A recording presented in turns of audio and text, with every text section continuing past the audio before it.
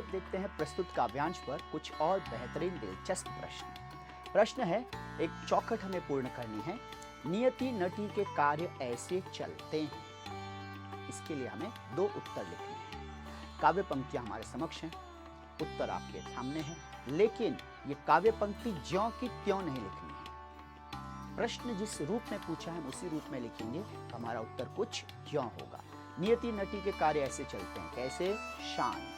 तत्पश्चात आप लिखेंगे चुपचाप भाव से। अगला प्रश्न है, सही शब्द चुनकर वाक्य पुनः लिखिए।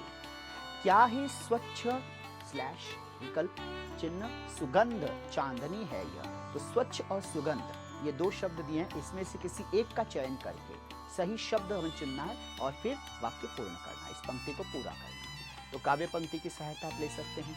तो हम लिखेंगे कुछ यूं, क्या ही स्वच्छ चांदनी है यह, यानी सुगंध यहाँ पर गलत शब्द विकल्प के तौर पर दिया हुआ है। नियति नदी स्लैश यानी विकल्प चिन्ह नटी के कार्यकलाप।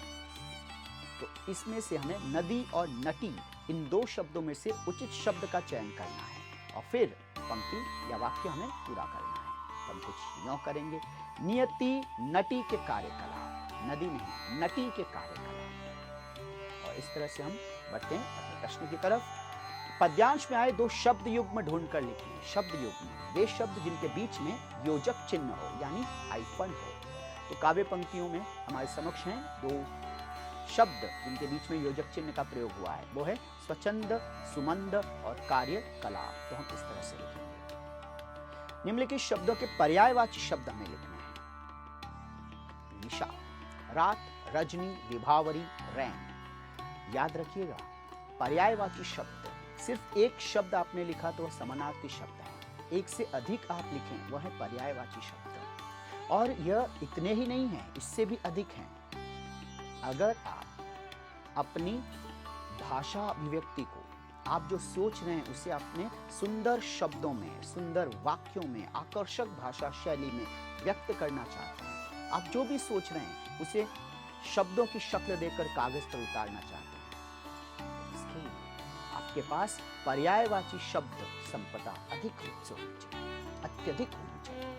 यानी आप इन्हें एक दिन में तैयार नहीं कर सकते, लेकिन आप इन्हें अधिक से अधिक पढ़िए, कुछ दिनों के अंतराल के बाद दोहराइए और फिर देखिए ये शब्द, अधिक से अधिक पर्यायवाची शब्द जब आपकी दैनंदिनी भाषा शैली का हिस्सा बनेंगे, जब आपकी बोलचाल के शब्दों में ये प्रयुक्त होंगे, जब ये आपके लिखने में उतरेंगे, यानी ये धीरे धीरे आपकी स्मृति का अटूट अंश बन जाएंगे, अटूट हिस्सा बनेंगे।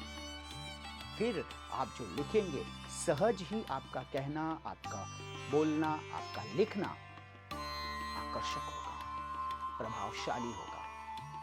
तो इसलिए अगर आप स्वमत अच्छा लिखना चाहते हैं, अगर आप निबंध अच्छा लिखना चाहते हैं, पत्र अच्छा लिखना चाहते हैं, कहानी अच्छी लिखना चाहते हैं, आप जो कुछ भी हिंदी में अभिव्यक्त करना चाहते हैं वो आकर्षक हो, अच्छे अंक प्रदान करने वाला हो, इसके लिए पर्यायवाची शब्दों की शरण में जाओ। अधिक से अधिक पर्यायवाची शब्द आपके पास हैं, इनका उचित उपयोग आपको यकीन मानिए आपको अच्छी भाषा शैली का स्वामी बनाएगा। बढ़ते हैं अगले प्रश्न की तरफ। एकांत, सुनसान, निर्जन, शांत, सन्नाटा। बढ़ते हैं अगले प्रश्न की तरफ।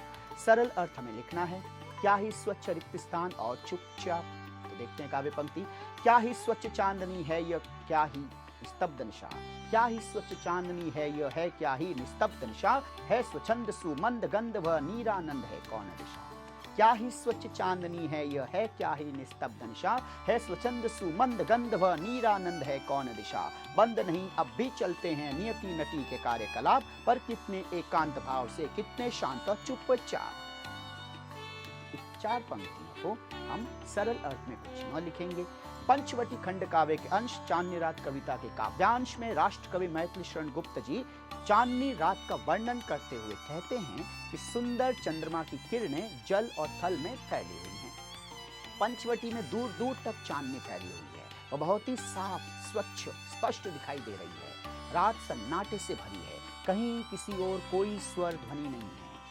वायु स्वच्छंद होकर अपनी स्वतंत्र चाल से मंद मंद बह रही है, धीमी धीमी गति से बह रही है। इस समय कौन सी दिशा है जो आनंद नहीं ले रही है, अर्थात सभी दिशाएं इस सौंदर्य से आनंदित हो रही हैं। उत्तर पश्चिम आदि सभी दिशाओं में चारों तरफ चौं ओर आनंद ही आनंद व्याप्त है, फैला हुआ है। कोई भी दिशा आनंद शून्य नहीं है। ऐसे समय में नियति नामक शक्ति विशेष के समस्त कार्य, सभी कार्य संपन्न हो रहे हैं। संपन्न होना, पूरे होना। इस तरह से बच्चे प्रस्तुत काव्यांश के सटीक उचित शब्द शैली में, उचित अच्छी भाषा शैली में, कवि ने जो भाषा में लिखना चाहा है, कवि ने जो भाव व्यक्त करने चाहे, उसी भाषा शैली में, उसी भावाभिव्यक्ति के साथ इस पद्यांश का सरल अर्थ आप यूं प्रस्तुत करेंगे। इससे अधिक विस्तृत वर्णन करना विषयांतर होगा, अनावश्यक होगा, 2 अंकों के लिए ना पर्याप्त है। बस इसे लिखने का प्रयास कीजिए। ख्याल रखिए व्याकरण त्रुटि और वर्तनी दोष, स्पेलिंग मिस्टेक से बचना है। मुझे विश्वास है कि आप बोलकर पढ़ेंगे, मात्राओं से आत्मीयता बढ़ाएंगे और आप इन गलतियों से बचेंगे, उतना आपका स्कोर बढ़ेगा और अच्छे अंकों की तरफ बढ़ेगा। मिलते हैं अगले भाग में। धन्यवाद।